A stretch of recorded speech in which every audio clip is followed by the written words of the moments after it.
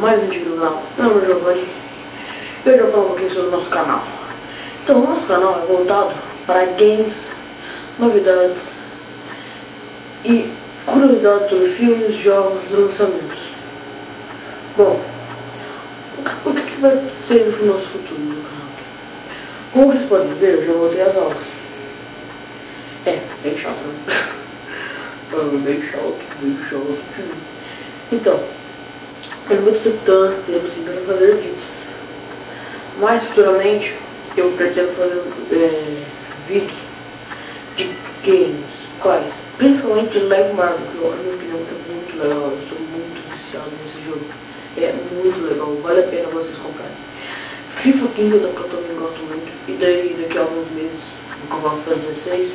Quando lançar, vai 16, não vai ficar tudo. Mas eu vou terminar a nossa moto carreira, alguma coisa que a gente vai fazer, não fica tudo. E também sobre algumas coisas de Injustice, GTA algumas vezes. E vai ser isso no nosso canal, cara. Vou aproveitar aqui meu vídeo para divulgar mais dois canais, todos meus amigos.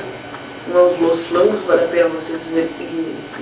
Los Flangos, a capa é um meme, muito legal.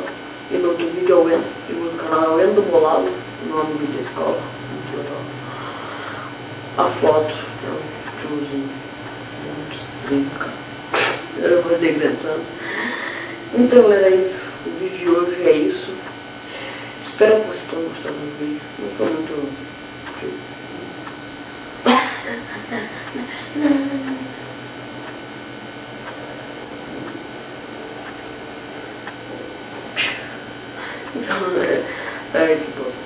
Então, os próximos que eu vou lançar também vai ser de jogo. Eu vou tentar não demorar muito pra fazer isso. É isso, galera. Deixem um like aí, ajuda muito o canal.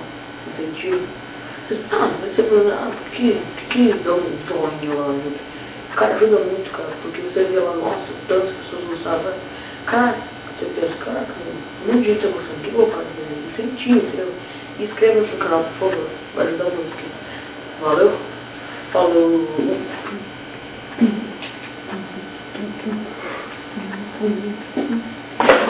Eita, caramba, caiu.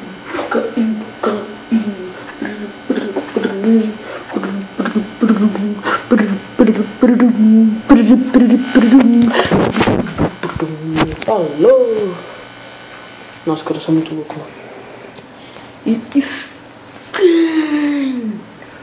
caraca, eu tô olhando pra tempo pra me ver e parece que meu olho tá torto assim. Mas não.